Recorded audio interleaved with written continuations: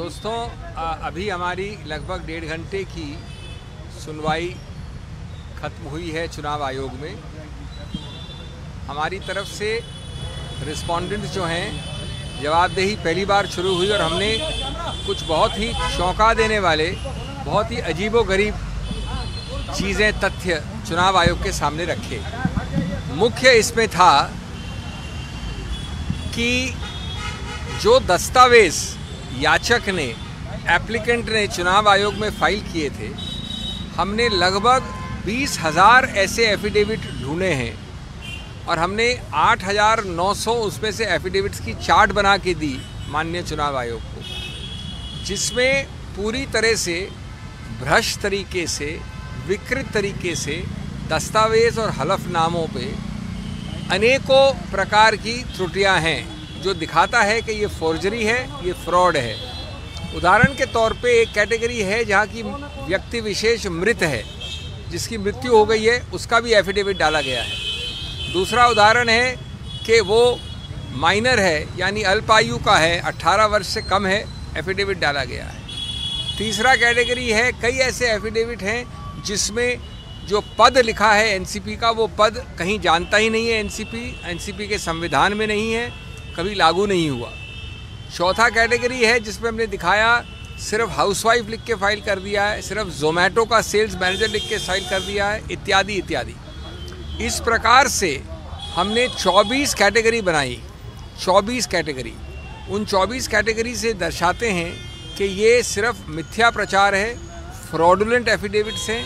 Affidavits बनाए गए हैं सिर्फ एक झूठे केस को समर्थन देने के लिए। और इसका मतलब ये हुआ कि जो अजीत पवार फैक्शन जिसको आप कहते हैं, उनके पास कोई समर्थन नहीं है। ये बहस और दलील 20 तारीख को चलेगी, लेकिन हमने साथ साथ मांग की माननीय चुनाव आयोग से ये इतना गंभीर है, इतना व्यापक है कि ये अति आवश्यक है कि आप इसके विरुद्ध कानूनी कार्रवाई करें। झूठा बयान, झूठे हलफनामे देने के लिए उनको दंडित करें।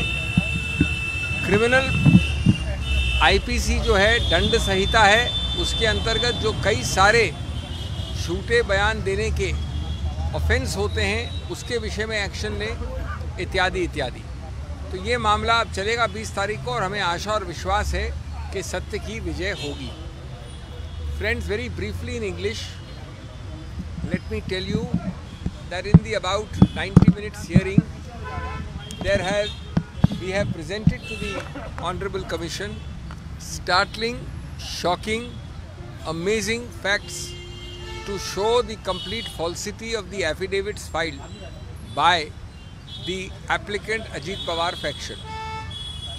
I will not go into details, but to summarize, we have given 24 categories of fraud to the Honorable Commission, which have been made by us on paper after analyzing 8,900 affidavits.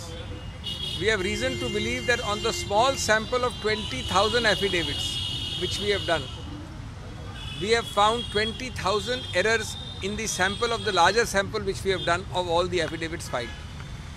The fraud relates to filing affidavits by dead persons. The fraud relates to filing affidavit of minors. The fraud relates to taking names of posts which have never existed and do not exist in the constitution of the NCP. The fraud exists in respect of simple words put in the affidavit like housewife or Zomato sales manager, etc., etc.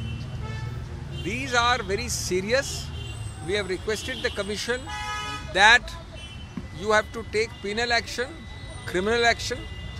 You have to file complaints for false evidence, false affidavits. You have to completely dismiss the complaint at the threshold because it is actuated by fraud and misrepresentation. The hearing will continue on the 20th, and we are confident that truth and victory will be on our side, on Mr. Sharad Pawar's side, and therefore we are arguing on 20th on the next date.